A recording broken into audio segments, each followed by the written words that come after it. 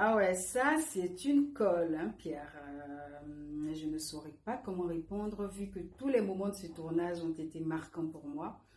Tout comme toutes les scènes de cette série sont hyper importantes pour moi. Cependant, je pourrais revenir sur un thème qui est abordé dans Dr. Vika et qui me parle tout particulièrement, c'est le thème de la parentalité.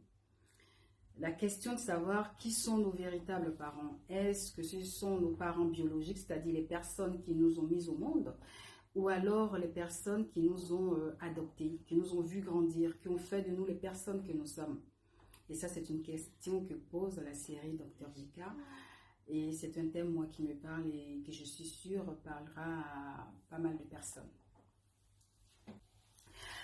En ce qui concerne la distribution, on est parti sur un casting qui serait mixte, hein, c'est-à-dire avec des professionnels connus et des acteurs émergents, des acteurs, des nouveaux talents.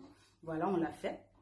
Et pour le reste, vous savez, en tant que comédien, quand on est professionnel, quand on a du talent, quand on est sérieux dans son travail, qu'on comprend son personnage et qu'on l'habite, ben, ça ne peut que donner cette alchimie qui crève l'écran.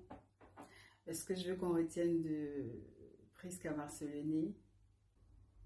Rêvons grand, gardons la foi et battons-nous pour réaliser nos rêves.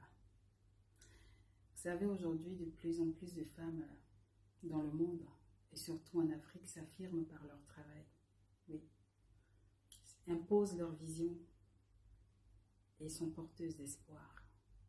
Et c'est dans cette vague émergente d'affirmation féminine que s'inscrit le docteur Vika.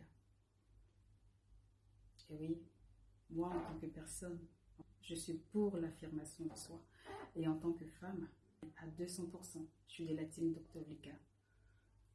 Il est temps qu'on s'affirme par le travail, qu'on impose notre vision et que nous soyons porteuses d'espoir. Merci. Ne manquez pas le rendez-vous tous les jeudis à partir du 13 novembre sur Canal+, Dr. Vika, pour vous. Bye.